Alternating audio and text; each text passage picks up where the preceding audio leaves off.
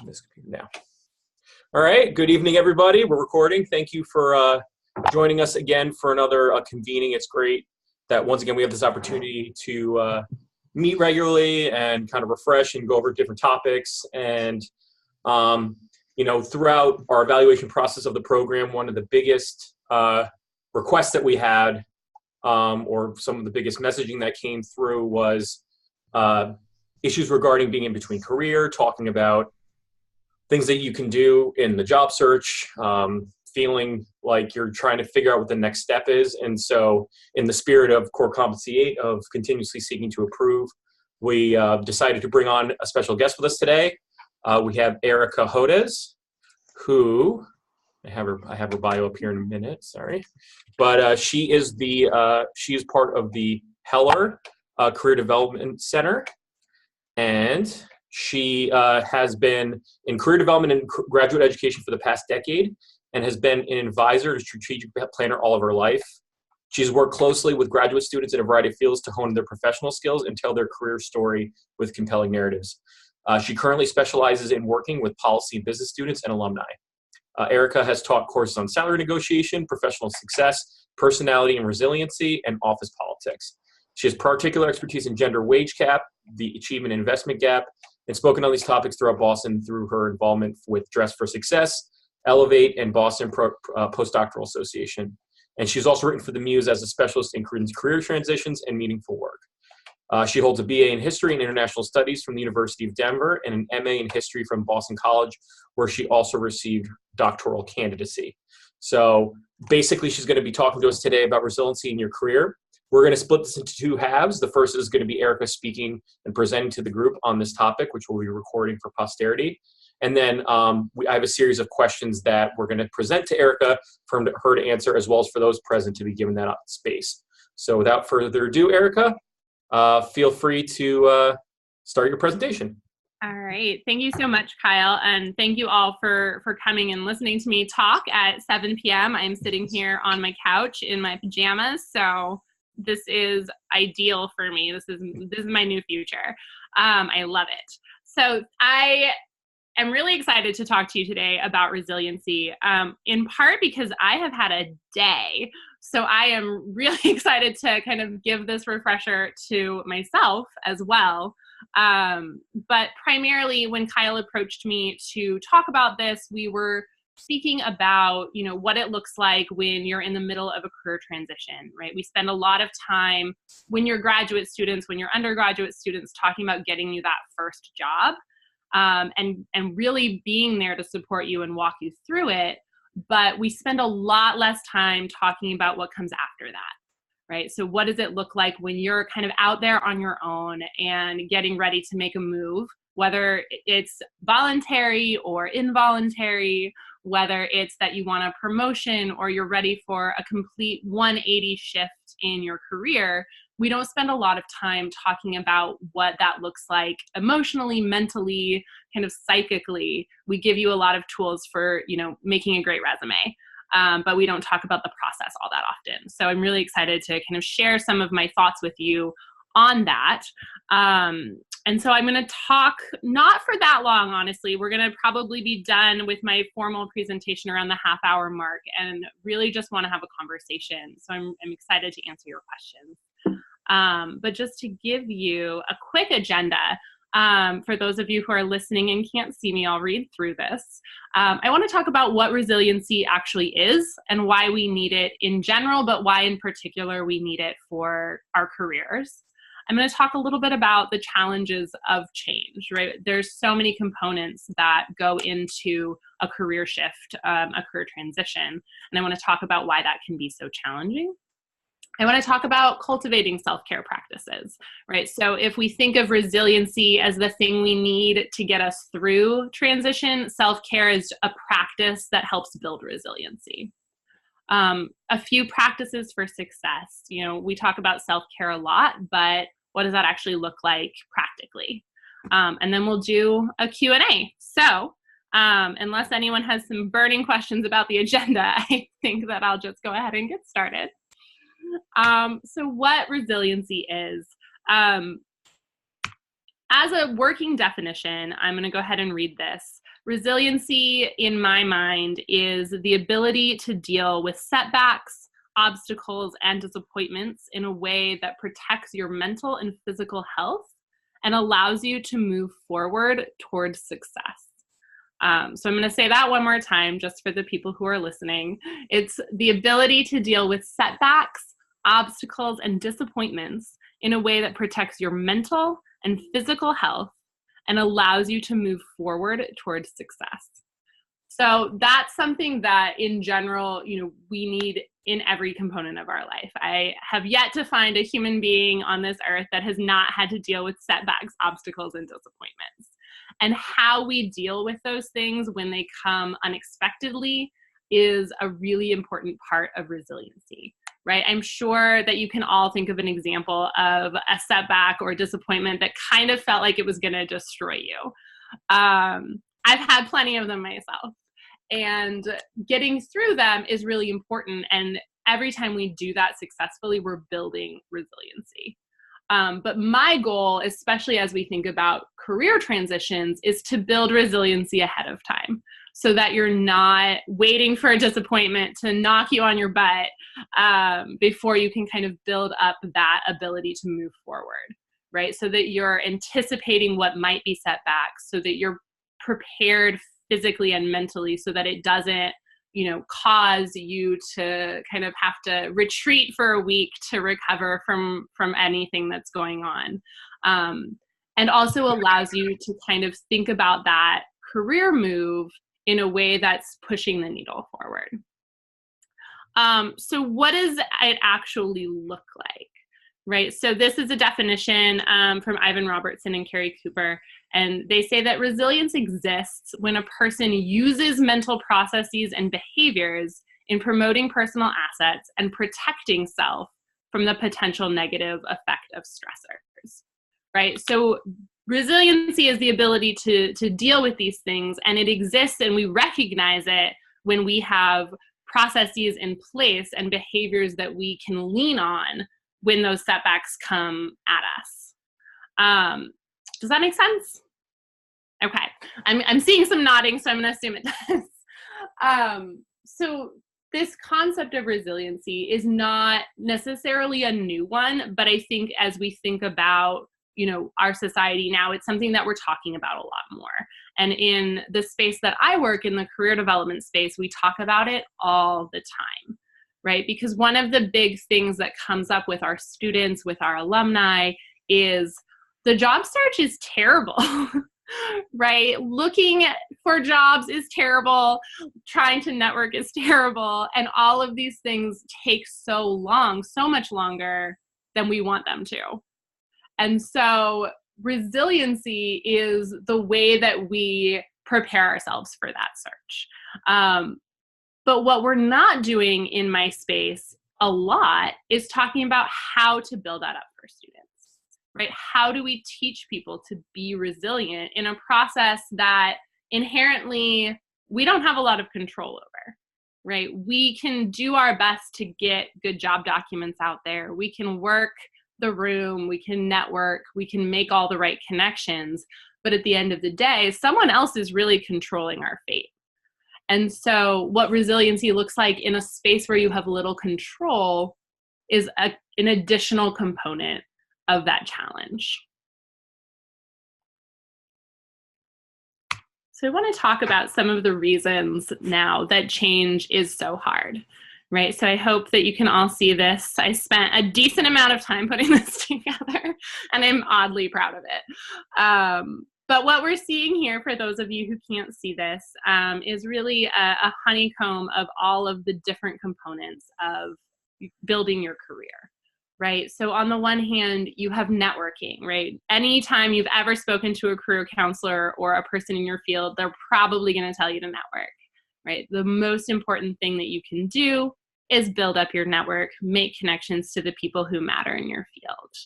But that's not enough on its own. You also have to have an outstanding resume that everyone has different criteria for what that really looks like. And you could spend months perfecting your resume.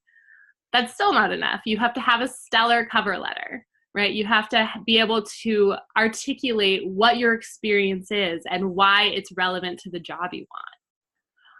You have to go through hundreds of job postings on different websites, trying to find that perfect position to apply to so that you can target all of those documents correctly, right? How many applications do you submit just to get a couple of interviews and one offer, right? I've routinely seen people apply to 100 jobs and get maybe 10 interviews out of it. That's not a really inspiring rate of return, right? But it's really common. And it's a different issue. I don't recommend applying to 100 jobs, but that's a different component. You have to build the right skills wherever you are now so that you can be competitive for the job that you want in the future. And after all of that, you go through the interview process and you have to negotiate your salary so that you're being paid what you deserve, right? Is there anything here that I'm missing that's really, really hard about your career?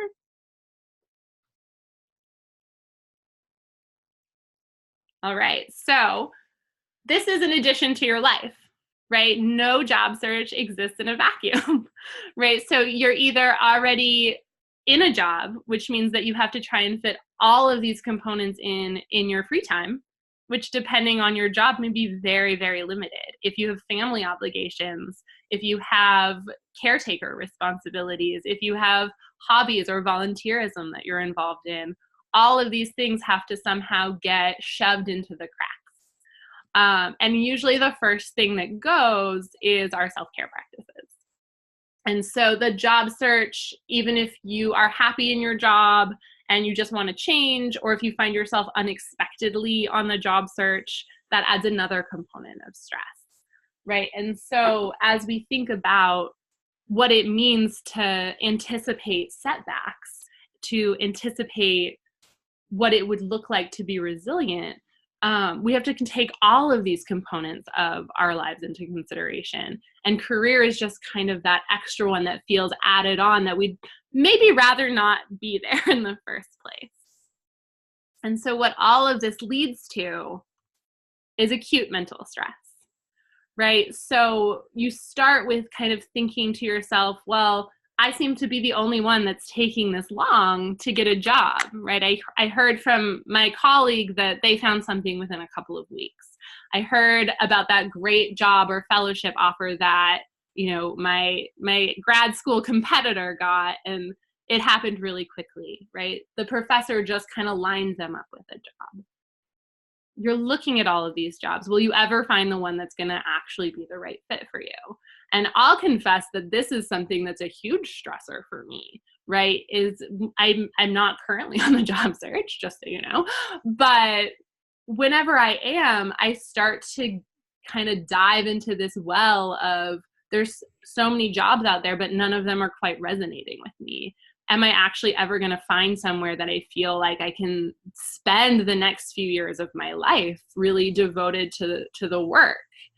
And then on top of that, all of these thoughts come in, and then you start to wonder about your actual self-worth, right? Am I actually good enough for these jobs?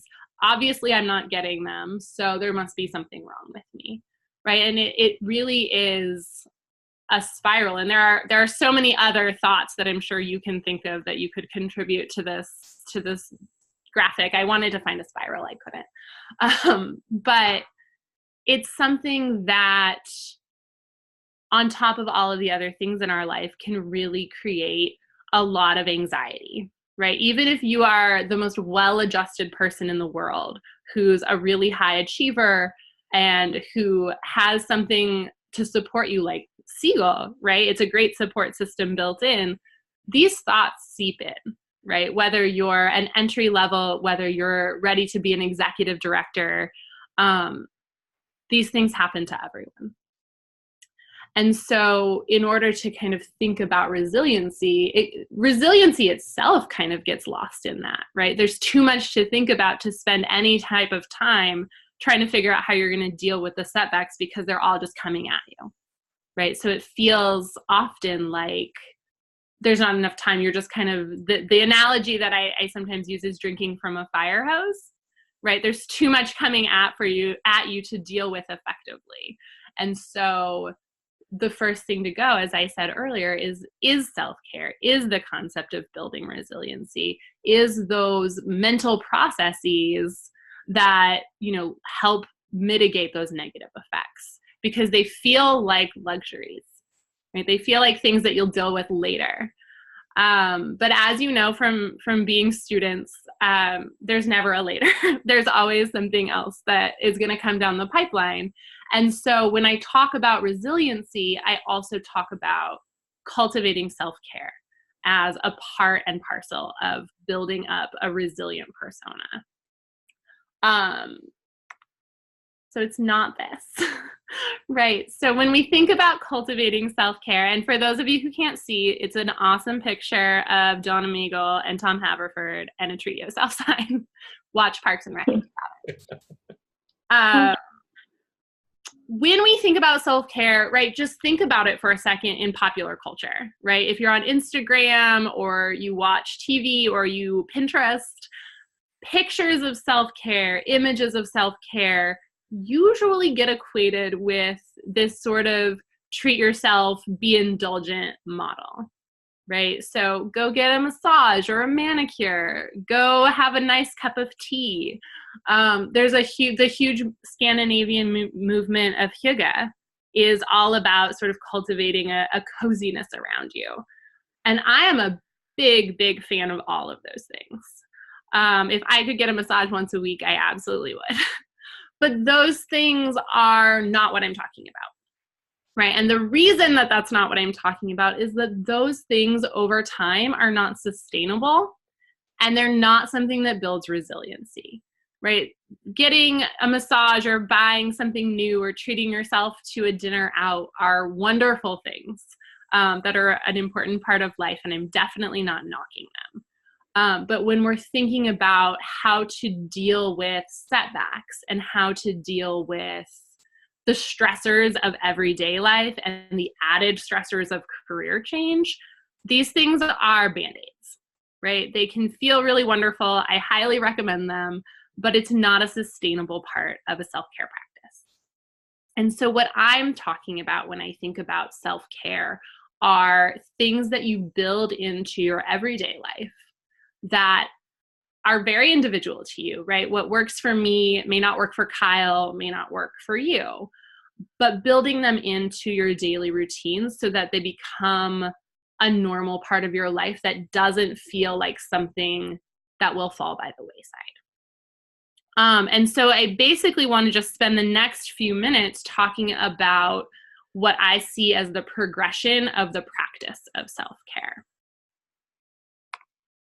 So, practicing self-care for sustainable success requires a sort of design thinking model, which requires us to kind of go through this process. And once you kind of get to the end, you start all over again, right? It's a perpetual process, which at the moment is probably going to sound like just another thing you have to do in your career change, but I promise this one's worth it.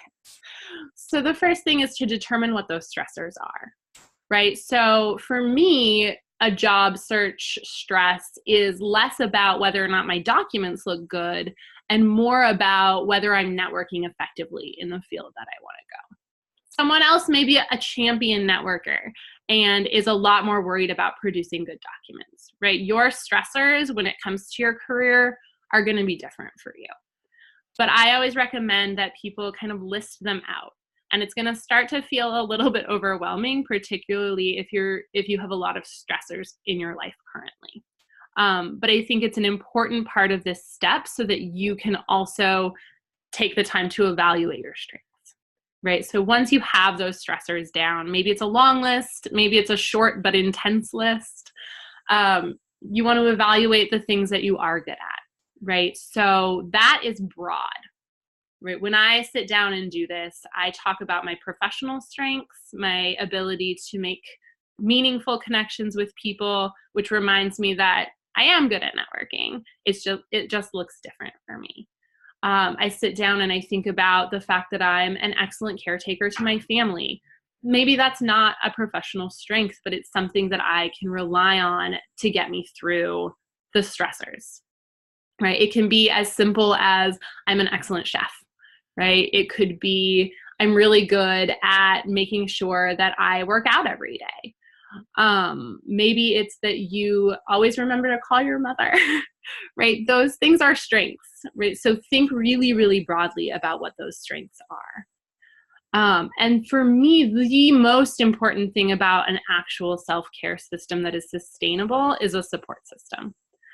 So the good news for you guys is that you already have one built in, right? So the Siegel cohort that you have access to is a fantastic support system. And I don't know exactly how that looks in practice. Maybe you have just a few people that you are connected to on a weekly basis. Maybe you have a larger cohort that you connect to once in a while. But having a support network that you have cultivated on purpose, that you are sharing the stressors and strengths with, that you can check in with about where you are in the process. Obviously, because I work in career development, I also think a career coach should be a part of your support system for a career shift. I think that you all have access to those, probably as part of your alumni networks. If not, I'm happy to talk to you later. But having a cohort of people who you are willing to talk to about the stressors, that could also be a mental health counselor. I'm a huge proponent of mental health counseling. It can be your spouse, your partner, it can be a family member, a roommate, people that you feel comfortable checking in with on a semi-regular, even scheduled basis to talk through how you're feeling about the changes that are going on. And then the second part, or the final part of this, is to check in often. Evaluate your stressors constantly, which sounds, I'm sure, a little bit counterproductive to constantly think about the things that are stressing you out. But I find that they become bigger in my mind if I don't think about them. If I try to push them away, they tend to loom larger. And so the ability to sit down and say, okay, what am I actually stressed about? And what are things that I think I'm stressed about that I can actually deal with right now, will help you to figure out where your self-care needs to go. And so when I say what is self-care practice? What do you actually do to self-care? I'm not going to tell you that there's a prescribed model of self-care, because it can, again, just like your stressors are different, your self-care will look different. So I'll share a couple of things that both myself and my colleagues and from people that I've heard of. I like to take micro breaks in my day. And I learned this in graduate school. So as I said earlier, there will always be something else for you to do, right? Free time doesn't exist unless we force it to exist, right? Especially while you have all of these demands on your time. So it's really easy to get in a habit of saying, oh, I'll just do that later. I don't have time. I have to get these things done. And so that's true, right? You do have to get those things done. But taking a 5 to 15 minute break every couple of hours in your day is not actually going to affect your productivity. So one thing that I learned is that I don't know if you're familiar with something called the Pomodoro method. It's something that worked very well for me. It doesn't work for everyone, but it's basically a system wherein you split up your work day into increments, and there are built-in 5-minute and 15-minute breaks every hour. So 5 minutes every hour, and then after a few hours, you get a 15-minute break. What I do with that time varies depending on my stress level. Sometimes I will just meditate with an app on my phone just for 5 minutes. Sometimes I will get outside and get some fresh air and just try and let my mind wander. Sometimes I will call my mom, right? I'm good at calling my mom. It's a strength. And then sometimes I will sit and browse Facebook. Some people find that relaxing. Some people find it stressful, right? Again, these are not things you have to do. These are things that are options. I have a colleague who, no matter what the day holds ahead, will take the time to work out for 30 minutes in the morning. That sounds like a nightmare to me. But it really, honestly, no, I'm going to sleep as long as possible. But for this person, it's a way to prepare themselves mentally for the day, right? And sometimes that may be yoga because they know they're going to have a really stressful day, or maybe they have a lot of extra energy that they're going to want to get out because they're going to have a day where they have a lot of meetings. But it's become routinized, right? It's something that you should be able to do routinely without fail so that it doesn't even occur to you to put it off. The caveat here is that you will never do this perfectly, right? There will always be times where you just can't, and that's okay, right? This isn't about something that you have to do to be successful. This is about something to protect your mental and physical energy. And so the more easily it fits into your life, the better, which is why the model of indulgent self-care isn't really sustainable. It's wonderful, but it's not something that you can make an everyday part of your life, unless you are very, very wealthy and can get massages every day, in which case you probably don't need this webinar. So thinking about what are the things I read before bed, right? So some days I'm bone tired and I just want to go to sleep. So I'll just read a page or two of whatever I'm reading. Some days I don't read at all, but I try to, before I wind down for the evening, get lost in a story. That's something that kind of takes me out of my stressors and gives me the ability to kind of come at it the next day with a fresh perspective, right? It's something that works for me. There are so many other things that you could do. And if you want to share any of them, I would love to hear them. But for me, it's the sustainability component. And so when you do have a setback, right, you get an email that says, thanks for applying, but no thanks. Or worse, you never hear back from the job that you applied to. You can say, okay, that was terrible. I hate that happened. It's okay, right? It's part of the job search, right? No matter, I always talk about this, no matter how amazing you are, no matter how good the job market is, it will still take roughly 4 to 6 months for you to get a new job. And so sometimes that's true, sometimes it's not, right? That's the average. You could get it very quickly, you could take some extra time.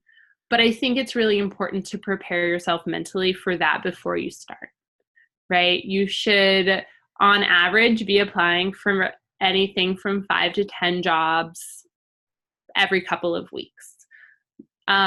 You should be meeting with someone new every week, right? There are job strategies that we can talk through.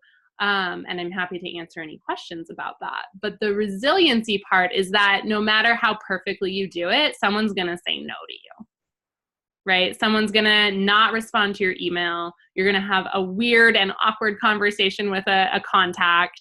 You're going to bomb an interview. You're going to get rejected even though you were amazing in the interview, right? Those are just things that happen in our lives. And the more we can prepare for them and the more we have practices that help us mitigate those challenges and those stressors, when we do finally get that offer, not only is it going to feel even more amazing, but you're not going to come out of that process as depleted as you would if you practice the self-care from the beginning, right? You're all amazing Seagull fellows, right? You're going to come out of everything just fine. But how much better would it be if you can prepare yourself ahead of time and not feel those stressors quite as strongly throughout the process? And so that is what I have for you. I'm thrilled that you could be here. And for everyone listening later in the recording, I hope that this was helpful. But so now I would love to just spend the rest of our time answering the questions that you have. I know, Kyle, you said you had some submitted, and then anyone who's here with us, I would love to hear from you. Yeah, so thank you so much, Erica. I mean, this is such a great resource, I feel, for the fellows. I know for me personally, apart from doing this for my job, that I was not too far removed from the job search process, and seeing resiliency as part of the in, before, middle, and end is a really cool and important matter, and something that I didn't even consider in my own life. But so I'm going to offer this opportunity first to the people on the call. I'll give you, if one or two people want to give their questions right away, you can, and then I'll jump into the grab bag of questions that I have submitted to me from anonymous sources. Does anybody want to start on the call? Hi. Hi. My name's Callie. Thank you so much for being here to present. So my question right now, which is like very personal, clearly, is I'm struggling between knowing if I need to stick out my current job and it's just like a rough patch, or if it's time to really duck and run.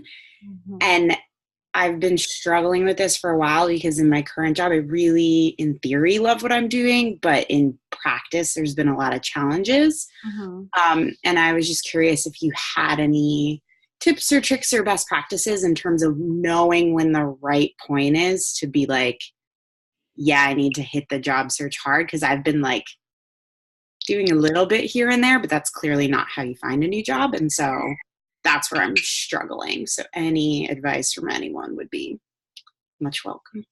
Sure. I think that's a great question. And I think it's something that people tend to struggle with a lot, right? There's always in any job something, right? There's always challenges. There's always a component of it that's not your favorite. There are people you work with that may not be as wonderful as you would want them to be as colleagues. And so the question of when is it time to move on?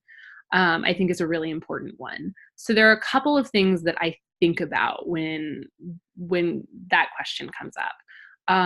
The first is how long you've been in the job, right? So I think in general, job hopping is not necessarily a huge concern as it was even just a couple of years ago. But in general, my timeline for this is if you can stay for at least a year, you should.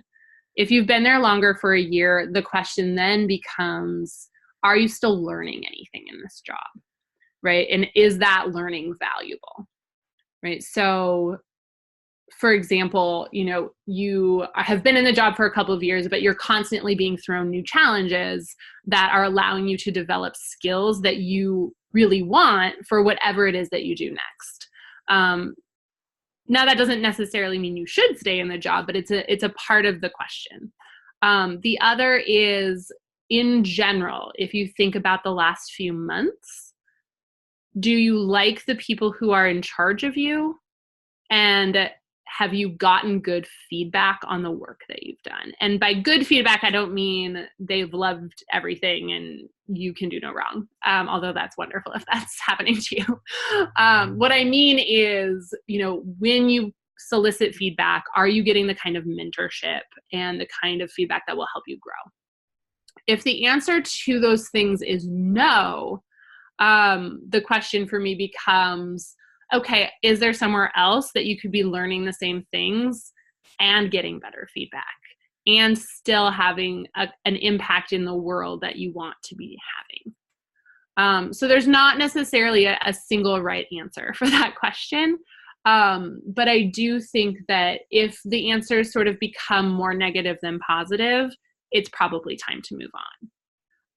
In terms of how you do that, so I'm going to say something that I say to everyone, and is somewhat controversial.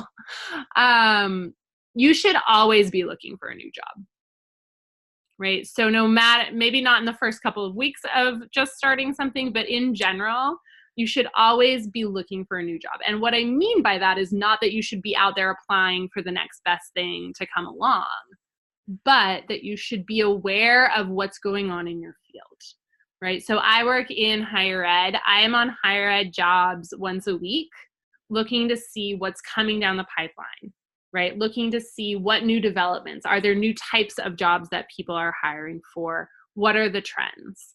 Not because I want to leave my job. I love my job, but so that I can kind of be prepared for when it is time to move up. Right? So if my next goal is to direct a career center, when do those kinds of jobs appear? Where are they happening? What kinds of schools are they happening in? And so even though you may not be actively looking, you can still be aware and making the right connections. So Callie, kind of to your point, if you decide that now's the time, obviously you want to be applying more strategically. But if it's not the time, you can still be looking in your field, right? Looking on those job boards, not all of the time, not obsessively. A good strategy is actually just to create an alert. So most job boards will let you kind of create an alert for new jobs with a certain title or at a certain company.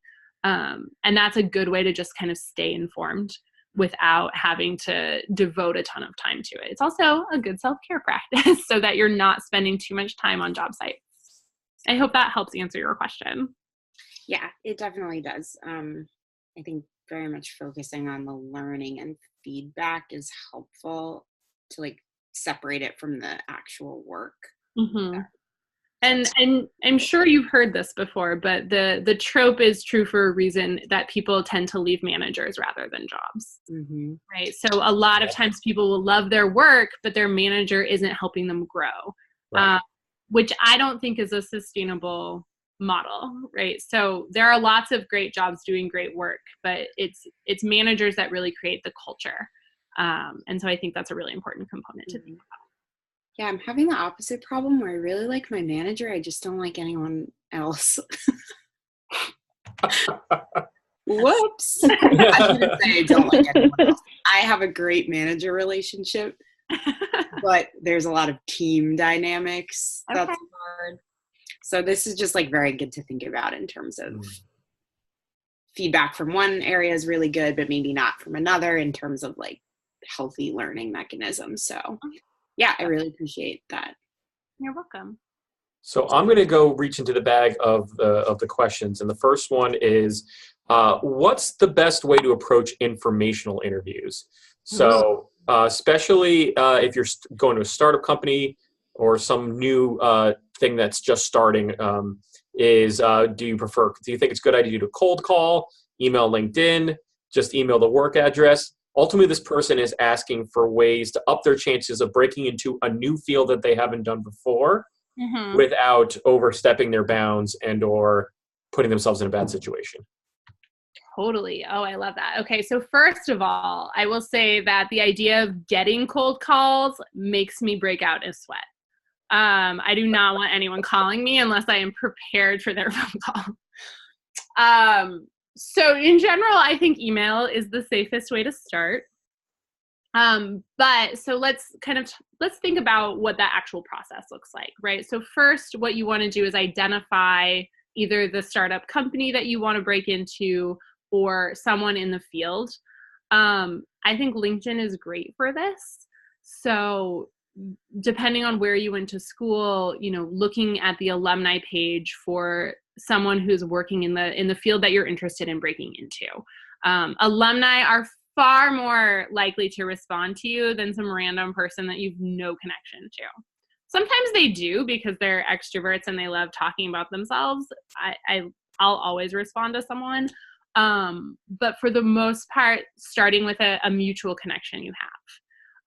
So that could be alumni. It could be, you have a friend who knows a guy that he can introduce you to.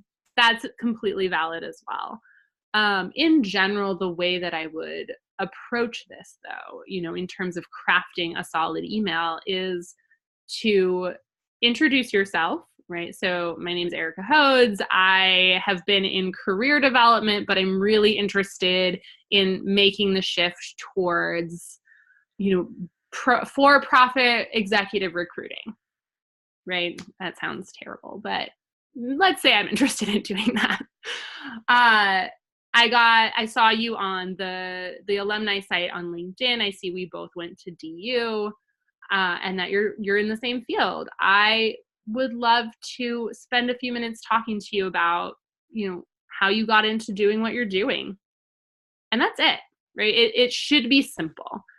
Simple is easy to say yes to. It's when, people give you their entire life story in an email and try and kind of ask you, what skills do you need to get hired, and ask all of the questions that you should be asking in person, right? So the email component is the simple thing, right? Here's how we know each other. I'd love to chat with you. Thanks so much for your time. the actual conversation, will vary depending on what you're interested in doing, but it should really be about listening. The biggest mistake that I see people make in approaching any sort of networking relationship is making it about them rather than making it about the person that they're talking to. You're going to learn the most and you're going to make the most meaningful connections if you are genuinely interested in hearing their story and can kind of craft an authentic connection rather than saying, all right, this thing, I need to hear this thing from you so I can get the job, and that makes it feel transactional.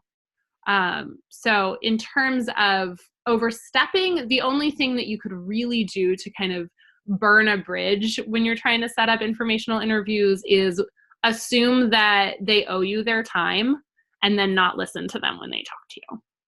So always be respectful when you reach out, try and make a connection, and then authentically build that connection over time. Great. Thank you. Is anybody else on the call would like to submit a question? I have a question. This is Karen. So hi, thanks, Erica. I work for a temporary federal agency, and so pretty soon I'm going to start applying for jobs. But my question is, having had a year of experience in federal government, I would like to continue working in federal government, but I know that it's very tricky using USA jobs, and I used to have my foot in the door, but I'm also going to be looking for jobs in the nonprofit. So what are some tips to manage stress when thinking about, the private sector and the nonprofit sector and the government sector, in particular about salary negotiations? Because I know the nonprofit, the title might be similar in position, but the benefits are not the same, or maybe the culture might be different. So I'm kind of curious on how I can manage the different postings of a nonprofit and a federal job. Yeah, that's a great question. So there are a couple of components. So let's talk first about the two different processes. Federal jobs and any other job, they're really different in terms of the application process, as you know, because you currently work for the government. My advice, if you can manage it, is to try and keep them separate. So don't try to compare federal government benefits or salaries to the nonprofit sector. They're just the problem with trying to do that is that the processes by which these determine those things are so vastly different as to be meaningless when you're trying to make those connections, which will just cause you a lot of stress because you'll look at a job that looks similar in the federal government and you'll see it in a nonprofit, and one pays $80,000 and one pays $60,000 and you don't understand why. Yeah. So I would keep them separate. When it comes to, what the right step for you is, we don't have time to talk about that right now, but thinking through, kind of if you're losing something by working in a nonprofit that you would have in the federal government, what are you gaining? And making clear in your own mind what's most important to you so that you make sure you're not giving up something that's vital to your own professional development and career satisfaction. For the other kind of component of that, which is salary, federal government is so hard to negotiate a salary in that you end up having to negotiate other benefits instead, which may or may not have been your experience. But so as you look into the federal government positions, you do have this leg in, as you say. It's not quite as do you get a non-compete by already being in a federal position? Like non-competitive eligibility? Yeah. No, but I think that there's a form that you can, certain jobs are only for federal employees and you just have to show proof of an SF-150. But that's the only thing. Okay. There's no NCE. Okay, that's great. And that can sometimes make you eligible for the higher salary range, because I'm sure you've seen in the job postings that they'll sometimes put a range of salary postings in there. So the best thing you can do for a federal salary negotiation is negotiate a higher tier, but the number is pretty inflexible. Nonprofits are very flexible in salary negotiation. It's just that those salaries tend to be lower. Yeah. So as you think about what is important to you, I always say in my salary negotiation classes that you need to figure out your floor and your goal, right? So what is a salary that you cannot go below if you want to meet all of your financial requirements? But also, what is your goal salary? And that will take into account a number of factors. But if you have those numbers in advance, it will make it a lot less stressful for you on both sides of this search, to make sure that you're not applying to jobs that will ultimately be a huge waste of your time. Okay. There are a lot of jobs out there that would be very satisfying if only they paid a better salary. And I'm a huge proponent of people being paid living wages. So even if the work is fulfilling, I'm not someone who would advise you to take a job that's beneath your salary floor. Yeah. Yeah. Does that help you? No, yeah, this is very useful. Okay. Yeah, so I'm going to piggyback off of that, by the way, Erica, in that someone also from the grab bag had a question on tips on what to think about when you are transitioning sectors. So if this person in particular was wanting to go from nonprofit to corporate, and what are some general thought strategies about making that sector switch that might be helpful? Absolutely. So this is actually a really interesting one, because a lot of times people with a nonprofit background will undersell themselves to a corporate environment because they're so used to making a low salary. And so we'll see a lot of people saying things like, oh, well, I'll take anything because it's more than I'm making right now. And to me, that's actually not only self-defeating, because I want everyone to make a really great salary, but it's self-defeating in the corporate world. Because in the corporate world, I'm generalizing here, of course, but they want you to negotiate, right? They want to have proof that the person that they want to hire is a good hire and will go to bat for themselves and therefore for the company.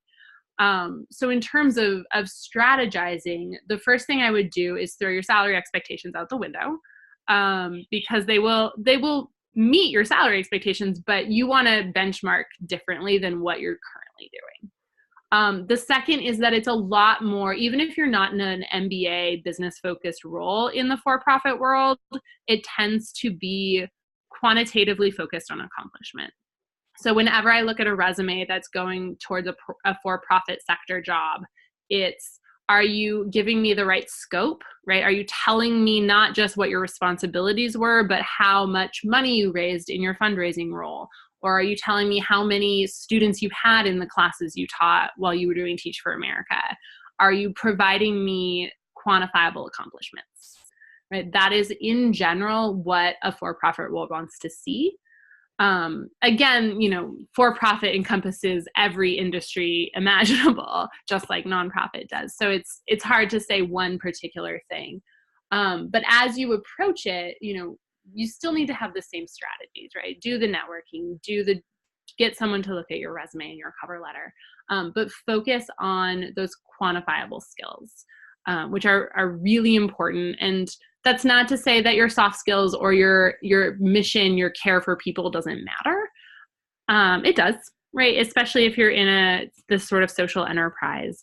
But people want to see that they're going to get a return on investment. Right. So that's great.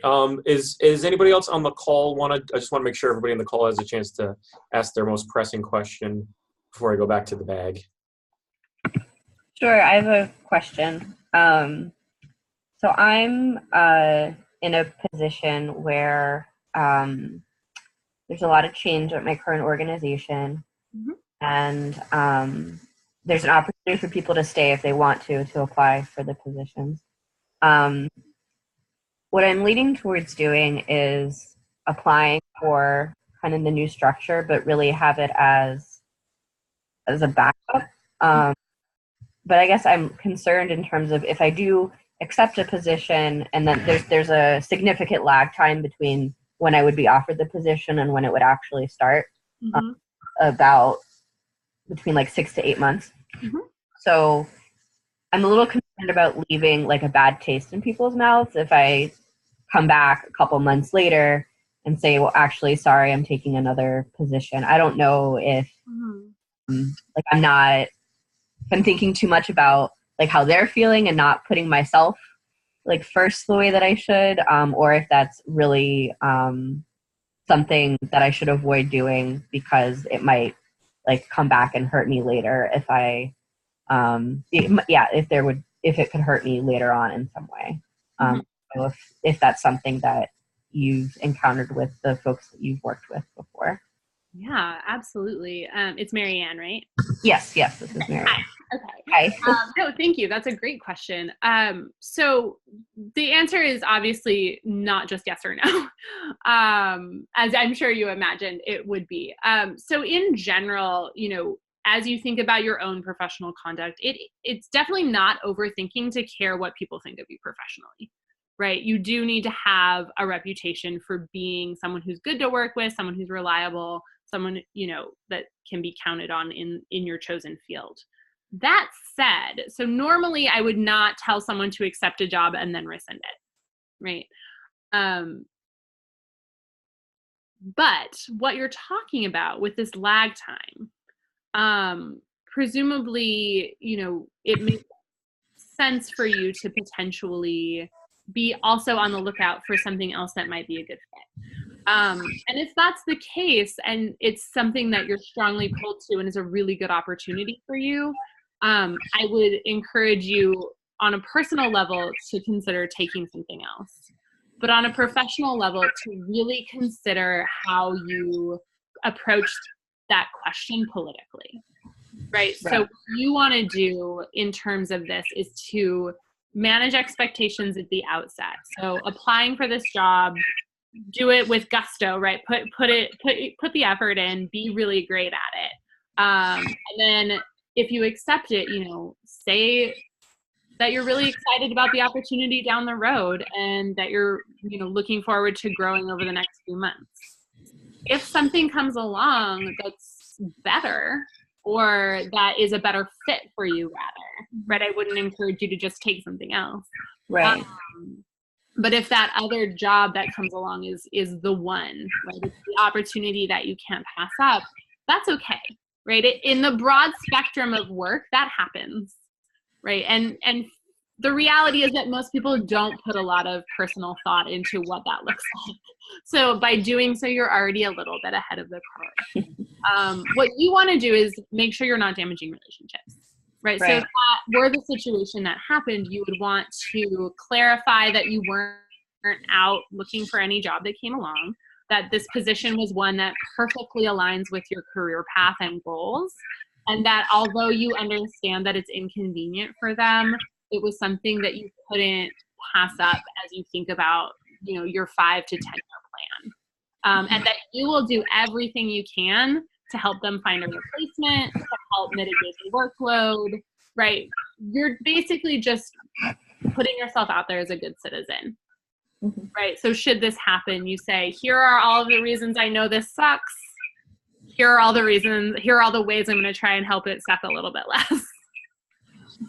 Does that make sense? It does. It's never an ideal position to be in or to put other people in. But sometimes those things happen and you don't want to cut yourself off from opportunities just because you're afraid of what other people will think of you. So as long as you're being transparent and you're being as good a citizen as you possibly can be, I would say that you should seize an opportunity if it comes along. Well, thank you so much. You're welcome. And I don't know if Damon wants to add anything else. I have another question. We'll have maybe 2 more. And then, all right, cool. This one's from another person that asks about how they should present themselves on LinkedIn. Should it be read like a resume, as in third person passive voice, or should it be more personable? This person has heard it both ways and just would like any thoughts on how to present yourself in these networking websites. Sure. So, this is one of those things where you could talk to 10 people and get 10 different answers. My philosophy is that the first thing is that it is a social network, right? So it's a professional one, but it's a social networking thing, right? It's not where you post pictures of your dog, but it's who you are in a professional capacity. So I like using first person, but that's my personal opinion. I think the most important thing is to follow the norms of your industry. So I'm in higher ed. We are very touchy-feely. We love talking in the first person and talking about our mission and our feelings. So that's completely fine for me to put on LinkedIn. My husband works in tech. They don't really talk about that, right? So his LinkedIn is a lot different than mine. People who work in law or consulting would probably be even more kind of limited in the way that they present themselves. So knowing your industry is the first rule, no matter which method you decide. So you can have a great LinkedIn profile that's very professional and short and third person. You can have a great LinkedIn profile that's that's a mini personal statement about who you are and why you matter and why your job matters. You can do something in between. Right. So the most important rule is, what are your industry norms and where are you in your career? So that's the second thing. If you're job seeking, you want to make sure that people are thinking about you as a potential candidate. So you do need to talk about what you want to be doing and what you care about. If you're in an established position and you're not planning on transitioning anytime soon, shortening it down, making it a little more clipped makes a lot of sense. And then the third thing to think about is your own personality, right? The worst thing that you can do on LinkedIn is misrepresent yourself. So if you write this flowery, wonderful thing on LinkedIn and in person, you're a short, direct, to the point type of person, there's going to feel like a disconnect. People are going to feel like they've somehow been misled, even if that wasn't your intention. Alternately, if you are, this person who's really exuberant, talks with their hands, is really kind of out there with your ideas, and your LinkedIn says specialties include consulting, technology, problem solving, well, that tells me nothing about you. And when I meet you, I'm going to be like, why didn't you put any of this incredible personality stuff on your LinkedIn? Right? So those are the three components, right? So what does your industry do? Where are you at in your career? And what feels authentic to your personality within the framework of professionalism. Awesome. We got one more question, because I think two of them you touched on in respective time. And I think this one is one that I definitely think about a lot in terms of the job search. But how do you work around issues of job searching while you're at a current job and require you to take time off to go to those interviews, to go to those networking, to do things that require for you to look for another job while you're in a current job? Mm-hmm. Yeah. This is a tricky one, obviously. So I'm going to tell you two different things. So the first one is the one that I do, and then the first one is the one that I feel compelled to tell you to do as a career development professional. Typically, if you have time to take, just take it. So you can frame this to your employer as, I need a personal day. I have, some personal things to take care of. I am going to take a vacation day. I would never actually straight up lie, but you're not required to tell your employer that you're job searching or going on interviews. I know people who will go a little bit more extreme and just have a lot of doctor's appointments. People generally know what you're doing when you have a lot of doctor's appointments in a very short amount of time, or else they think you're dying. So that's not necessarily what I think is best. As a career development professional, we tend to encourage you to be as transparent as possible. That's not necessarily that realistic, depending on your circumstances. So if you have an incredibly supportive boss and they know that you're ready to move on and get promoted, but you can't do it at your current job, that's a great opportunity to have a conversation, and they can actually help you on your way. But if you're, in Callie's situation where it may not actually be an appropriate time to move on according to your manager, or you're not moving on because you've hit a ceiling, it doesn't necessarily make sense to try and spill all of that to your manager. Plus, you also don't know that you're going to be leaving, right? You don't know what that timeline looks like, because again, it's one of those things that's out of your control. So career development advice is to be transparent. My personal practice is to not lie, but to just say you have personal things to deal with. Most jobs give you personal or sick time that you can take for those issues, and you should feel comfortable taking them. If possible, doing phone rounds that you can just duck out for an hour during your lunch break is great in the initial interview round if you're really worried about being away from your desk. But it's something that everyone does. Everyone is looking for new jobs eventually while they have a current job. And it's okay. So what you want to make sure you're doing is mitigating the effect on your current work. Right? So don't go an hour before you have to come back and give a presentation or something like that. So be mindful. And if a potential employer says, "Hey, can you come in tomorrow at 3?" and you can't, you're not required to do whatever they want. You can say, "Oh, thank you so much for the interview. I would love to. Tomorrow is unfortunately not going to work for me. Can we leave next week?" Right? So you have a little bit more agency than you think. You don't have to just get jerked around by your current employer or your future employer. Right. Awesome. Well, thank you. And for the interest of everybody's time, I want to thank everybody who joined us on this call, everybody who submitted questions, who is watching this later. Thank you all so much. And I think, Erica, I think I speak for the fellows when I say this is a really helpful and it's a good opportunity for us to all reflect. A big component of our program is evaluating and continuously seeking to improve ourselves over time. So allowing ourselves to improve, but also take care of ourselves in the process is a really important thing. So thank you so much, Erica, for taking this time with us today. Thank you. It was a pleasure to be here. And thank you so much for your great questions. I hope that you go forward and be successful and very taken care of. Thank you, Erica. Thank you so much. Thank you so much. And so that concludes our meeting. Thank you all so much again. And also know that as a Siegel Fellows, you can always reach out to us as a network. If you are part of the Brandeis alumni, the Heller network, Erica possibly could be a network resource for you. But also, know as a Siegel Fellow, you have this large network and this cohort to work with. And we're here to support you. So thank you again. And everybody have a fantastic night. Thank you. Bye, everyone. All right. Bye. Bye-bye.